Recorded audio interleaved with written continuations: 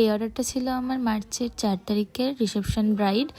তো এই আমার ব্রাইড ছিল ইন্দ্রনগর থেকে এবং বিয়ে হয়েছে নিমতিতা ধূসরপাড়া কলোনিতে। তো আমি ওর স্কিনটা ভালো মতো স্কিন প্রিপারেশন করে নিলাম। আমার ব্রাইড একদম লেন্স টেন্স পরতে চায়নি, একদম সফট সিম্পল একটা লুক চেয়েছিল।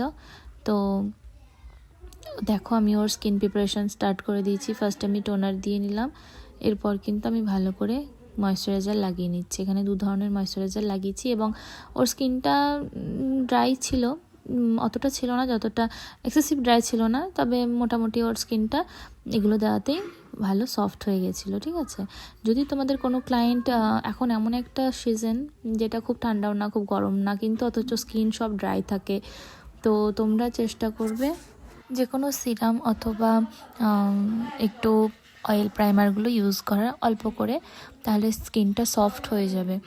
আর এখানে প্লাম্পের যে অয়েলটা থাকে ওটাও কিন্তু খুব সুন্দর, ওই সিরামটাও তোমরা ওটাও ইউজ করতে পারো। তো আমি এখানে স্কিন প্রিপারেশন করার পর কিন্তু আমি স্কিন কালার কারেক্টিং করে নিচ্ছি।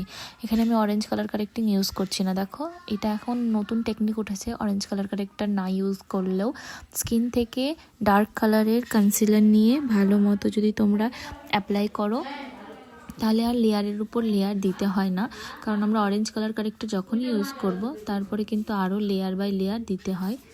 তো এখন সবাই চাইছে কিন্তু একদম লাইট মেকআপ আর লাইট ওয়েট মেকআপ, মানে বুঝতেই পারছো কতটা স্কিন ফিনিশ কাজ করতে হবে। তো তোমরা যতটা লেয়ার কম পারবে দিতে ততটা কিন্তু মেকআপটা ফ্ললেস এবং সুন্দর হবে। তো আমি এখানে দেখো ছোট্ট একটা ব্রাশ দিয়ে ফাউন্ডেশনটা ভালো মতো আগে ছত্রিয়ে নিচ্ছি। তারপরে কিন্তু একটা ফ্লাফি ব্লেন্ডিং ব্রাশ নিয়ে কিন্তু আমি ফাউন্ডেশনটা ব্লেন্ড করছি। এরপর আমি বিউটি ব্লেন্ডার দিয়ে আবার কিন্তু সুন্দর করে ব্লেন্ড করব। এতে কী হবে, ফাউন্ডেশনটা আমাদের অল্প লাগবে এবং স্কিনে একদম স্কিন লাইট ফিনিশ দেবে। দেখে মনেই হবে না যে মেকআপ করেছে, অথচ কিন্তু মেকআপের সব প্রসেস মেকআপটা থাকবে। আমি ফেসের টি জোনটা হাইলাইট করে নিচ্ছি। এতে কি হবে, আমাদের ফেসটা সুন্দর লাগবে আর ফ্লাফিনেস আসবে, স্কিনের মধ্যে স্ট্রাকচার আসবে একটা। এটাতে কিন্তু আমাদের মেকআপটাও ফ্ললেস এবং সুন্দর লাগবে। এইসব টেকনিকগুলো কিন্তু তোমরা অবশ্যই ফলো করবে। এরপর আমি এখানে বানানা পাউডার নিয়েছি, নিয়ে এটা হুডা বিউটির বানানা পাউডার, তারপরে কিন্তু আমি ফুল ফেসে অ্যাপ্লাই করছি। আর তোমরা অবশ্যই মনে রাখবে বানানা পাউডার কিন্তু ডাস্কি স্কিন টোনের জন্য খুবই খুবই খুবই ভালো। তোমরা এখানে ফরএভার 52-এরও ইউজ করতে পারো জিঞ্জার পাউডার, অথবা তোমরা হুডা বিউটিরটাও ইউজ করতে পারো। তো এখানে আমি ভালো মতো বেকিংটা করে নিচ্ছি। আর ভালো মতো যদি বেকিং না করো তাহলে কিন্তু স্কিনটা মেকআপটা না বসার চান্স অনেকটাই বেড়ে যায়। তো তোমরা সাবধানে সবটা করবে। আর এখানে আমি কন্ট্রোলিং করছি, ব্রঞ্জিং করছি। এখানে আমি পাউডার ব্রঞ্জিংটাই করছি আর ব্লাশার লাগিয়ে দিলাম। এখানে আমি হুডা বিউটির যে পাউডারটা ইউজ করেছি, তোমরা চাইলে কিন্তু ফরএভার 52-এরটাও করতে পারো। তো তারপর আমি এখানে সব প্রসেসগুলো করে নিচ্ছি এবং এক্সেস পাউডার যেগুলো থাকবে সেগুলো কিন্তু আমি ডাস্ট অফ করে দেব।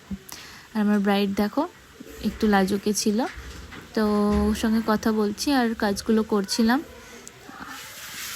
তারপর আমি এখানে ওফরার হাইলাইটার ইউজ করেছি। হাইলাইটার অ্যাপ্লাই করার পর কিন্তু আমি এখানে ডাস্ট অফ করে দেবো যেটুকু এক্সেস পাউডার আছে এবং হাইলাইটারটা ভালো করে লাগাবো। হাইলাইটার লাগানো হয়ে গেলে আমরা নাকের ওপরে, কপালে, চেন, আপার লিপস সব জায়গায় কিন্তু ভালো মতো লাগানোর পর আমরা আই লুকে চলে যাব। এখানে আমি আই লুকটা করেছি একটু নিউডের মধ্যে, আর এখানে ব্রাউ বোনগুলো আমরা হাইলাইট করেছিলাম। তার আগে এখানে কিন্তু আমি আইব্রোটা ফিল করে নিচ্ছি। এখানে আমি অ্যানাস্তাসিয়া আইব্রো পোমেডটা ইউজ করেছিলাম ডার্ক ব্রাউন শেড। তো তোমরা চাইলে কিন্তু এটা করতে পারো। একটা অ্যাঙ্গুলার ব্রাশের সাহায্যে ভালো মতো অ্যাপ্লাই করার পর একটা স্পুলি দিয়ে কিন্তু ভালো কম্ব করে নেব। হ্যাঁ, তো তারপর আমি এখানে কনসিলার দিয়েছিলাম, পি লুইসের কনসিলার, ওটা দিয়ে আমি ভালো করে ব্লেন্ড করে নিয়েছি একটা বিউটি ব্লেন্ডারের সাহায্যে, যাতে একদম ন্যাচারাল লুক আসে। আর ব্রাউন তোমাদের তো বললামই, আই লুকটা একদম আমি সফট এবং স্যাটেল রেখেছিলাম। কমপ্লিট হওয়ার পর কিন্তু আমি লিপস্টিক পরিয়ে ব্রাইডকে একদম হেয়ারস্টাইল করে রেডি করিয়ে দিয়েছি। এবার আমি তোমাদের সঙ্গে একটা কিছু ইনফরমেশান মানে কথা শেয়ার করতে চাই, তোমরা যারা আপকামিং আমার ব্রাইড আছো। তো তাদের সঙ্গে একটাই কথা বলবো যে তোমাদের যেটুকু আয়ত্ত আছে তোমরা সেইটুকু আয়ত্তের মধ্যেই কিন্তু মেকআপগুলো করবে। যেমন আমার কিছু ক্লায়েন্ট আছে যারা ভালোটা চায় অথচ পেমেন্ট করতে খুবই দ্বিধাবোধ করে যখন সাজানো হয়ে যায়। তারপর এই জিনিসটা খুব খারাপ লাগে। কথা তো তোমাদের সঙ্গে আগেই হয়ে গেছে, তো সেই অনুযায়ী অবশ্যই তোমরা চেষ্টা করবে যেন সেই মতোই কাজটা হয়। আর এরকম কিছু আছে যারা একটু খুঁতখুঁতে, এটা কেন হচ্ছে না, ওটা কেন হচ্ছে না। তোমাদের যেমন লুক আছে আমরা তেমনটাই দেওয়ার চেষ্টা করি। এটা সব আর্টিস্টেরই একটা সেদিনের আমি জানি তোমাদের সব ব্রাইডেরই একদিন সেদিনটা স্পেশাল। তো আমরা চাইবো তোমাদের দিনটা যেন একদম স্পেশালভাবেই কাটুক। তো তোমাদের পছন্দ অপছন্দটা সবটা মাথায় রেখেই আমরা কাজ করি। কিন্তু কাজের মধ্যে মধ্যে ব্রাইডের কিছু থাকবে, কিছু গেস্ট বা কেউ যাই বলো না কেন, তো তারা একটু বেশি বোঝে অনেক সময়, এটা কেন করলে বা এটা কেন হচ্ছে বা এরম কেন হচ্ছে। বেস মেকআপ হয়তো সেট করলাম সবে বা বেকিং করলাম, তখন হয়তো বলছি মা মেকআপ কেমন হয়ে গেল। তো এইগুলো বললে বলো তো কী হয়, টেনশান হয়ে যায় ব্রাইডের যে আদৌ আমাকে ভালো লাগবে তো।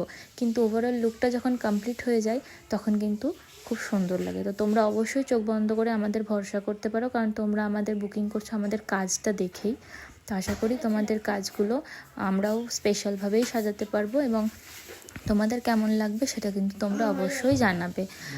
আর এই কাজটা আমি করেছিলাম, তোমরা দেখো, তোমাদের যদি লুকটা পছন্দ থাকে অবশ্যই তোমরা স্পেশাল দিনে এটা করতে পারো। আমার ব্রাইড কিন্তু লেহেঙ্গা পরেছিল সেই দিন। আর তোমাদের সঙ্গে নতুন নতুন কথা বলবো, কথা শেয়ার করব। তো এটা হচ্ছে ওর ফাইনাল লুক। এটা প্যান্ডেলের লাইটে এটা লুকটা নেওয়া হয়েছে।